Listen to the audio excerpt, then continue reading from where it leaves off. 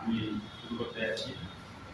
সম্মেলনে যে সমস্ত দাবি এই পুকুর ভরাট কাজে বর্তমান আছে, আমার পরিচয় আমি তার আগে দিই। আমার নাম মামুন হোসেন মিলন। আমি বর্তমান বিএনপি যুগ্ম আহ্বায়ক থানা, আর আমার বাসা হল 17 নম্বর ওয়ার্ড।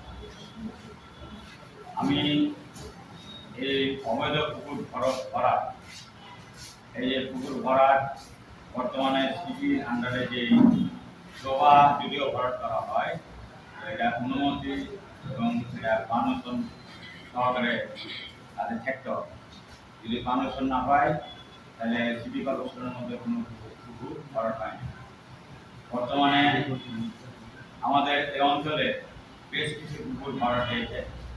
তার মধ্যে আমি যে পুকুরের বিষয় নিয়ে আলোচনা করছি, এই পুকুরটা আপনার রাস্তার পাশে বহু জনগণের সেবা হয়। এই পুকুরে মোটামুটি এলাকার লোকজন প্রচুর এবং বহু এখন বর্তমান ভরাট করে এলাকার লোকজন বিশাল।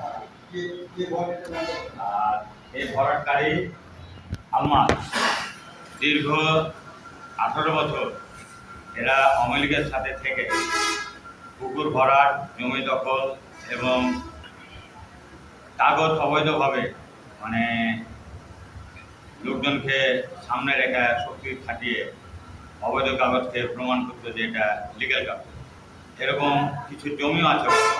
তার এই পুকুরটা যে ভরাট করলো সে কোনো বিনা পারমিশন, মানে কোনো পারমিশনে লওয়া হয়। পুকুরটার লোকেশন এবং পুকুর লোকেশনটা হলো আপনার বর্তমান bus terminal Nadapara. Bus terminal থেকে 200 থেকে 250 গজ দূরে হবে, আপনার মেন রোডের সংলগ্ন।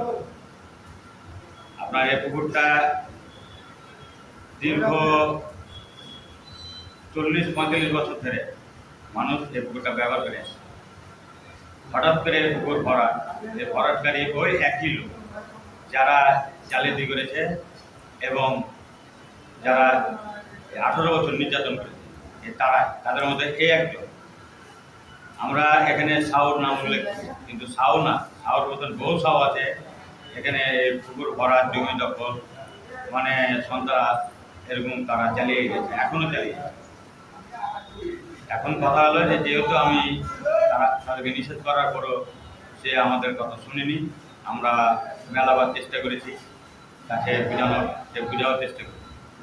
এই আলমাস, ইমরান আর ওয়াহেদ, এই 3 জন কিছু সংখ্যক ছেলে, মানে যারা এক জায়গায় যারা নেশাগ্রস্ত, তাদের খেলিয়ে রাতারাতি 12টা 1টার পর নিষেধ থাকা সত্ত্বেও পুকুর ভরা। এখন আমরা তো সব টাইমে আর রাত জাগতে পারছি, তারা রাতের পর রাত জেগে পুকুরটা ভরাট করে।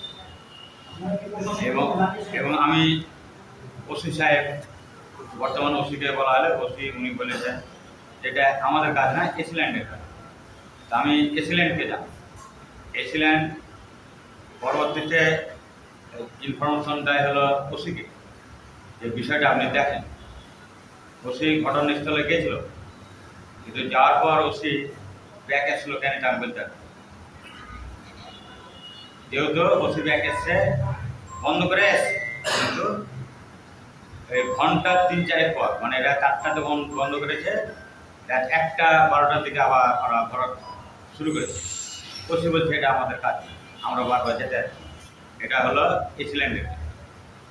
এসিল্যান্ড ফোন দিয়ে তাকে জানিয়েছে, এসিল্যান্ড নিজে পারমিশন দিয়েছে যে আপনি যান। আবার আমি এসিল্যান্ডকে একটা জিনিস প্রশ্ন করলাম যে আপনার বর্তমানে যে অবৈধভাবে পুকুরটা ভরাট করছে, আপনি তো 4 নম্বর 3 নম্বর ওখানে কী ছিল আপনি সবই জানেন। আপনি একটু আমাকে এই রেফারেন্স কিছু আমাকে দেখান যে তারা বৈধ না অবৈধ। যদি তারা বৈধ থাকে তাহলে আমার কিছু বলার নাই। তো ওনারাই বললো যেটা অবৈধ, যেহেতু এটা ডোবা ছিল। যদিও ধানি পিঠা উল্লেখ হয়ে যায়, তারপরেও ডোবা ভরাট করতে গেলে এটা একটা পারমিশন লওয়া হয়। এই পারমিশন বিহীন তারা এই কাজ করে। আচ্ছা, এক্সিলেন্ট যে কথা শুনলাম না, এই ব্যাপারে জেলা প্রশাসক কিছু বলেছিলেন? আমি জেলা প্রশাসকের ওখানে একটা কাগজ দেওয়া আছে, আমি পরবর্তীতে আর যোগাযোগ করতে পারিনি, যেহেতু মানে আমি সাংবাদিক সম্মেলন একবার করলাম, এটা কোনো ই হলো না।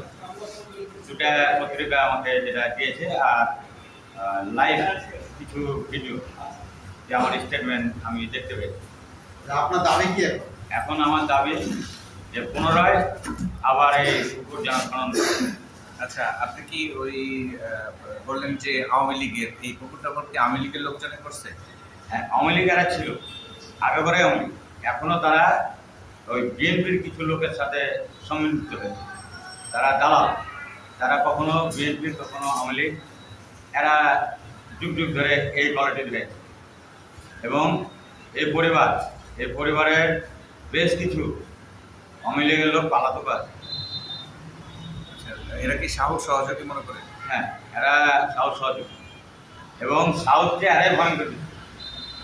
সাউথও আমি যা যা দেখেছি এলাকাতে, মানুষ হয়তো তাকে খারাপ বলবে, আমি তার খারাপ আমার সামনে দিই। মানে আমি কমিশনার হিসাবে আমি যথেষ্ট যেটা বিচার দেখেছি, আমি গেছি এক বিচারে, আমার নিজেরই একটা পারিবারিক বিচার, মানে আমার বোনের সম্পদ একজন ঠিক করে। তো ওখানে দেখলাম যে বিচারটা সঠিকভাবে ছিল।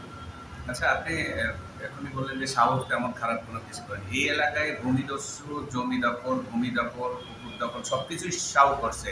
সেই জায়গা থেকে আপনি বলছেন যে সাহু তেমন কিছু করেনি, সাহু ভালো ছিল। এবার এবার আমি বলে, আপনার যারা বলছে তারা কিন্তু সামনেও দাঁড়াতে পারবে না, এমনি এখন পালিয়েছে বলে বলছে, কিন্তু অরিজিনাল এখানে যারা ওদের কাছে কাগজ নিয়ে গেছে, নিজের জমি আরেকজন দখল করে রেখেছে, বা এক ভাইয়ের জমি আরেক ভাইয়ের মারামারি লাগিয়েছে, এরা নিজেরা বিচার চায়। তখন বিচারে এক পর্যায়ে সাউ করে দেখি যে ঠিক আছে, তোমরা দুজনের ঝামেলা যেহেতু করছো, তো এ মাটিটা আমার কাছে বেঁচে দাও। তখন সাউ যে বেরেনে হোক দুজনের কাছে কৌশলে লিল। এটা কি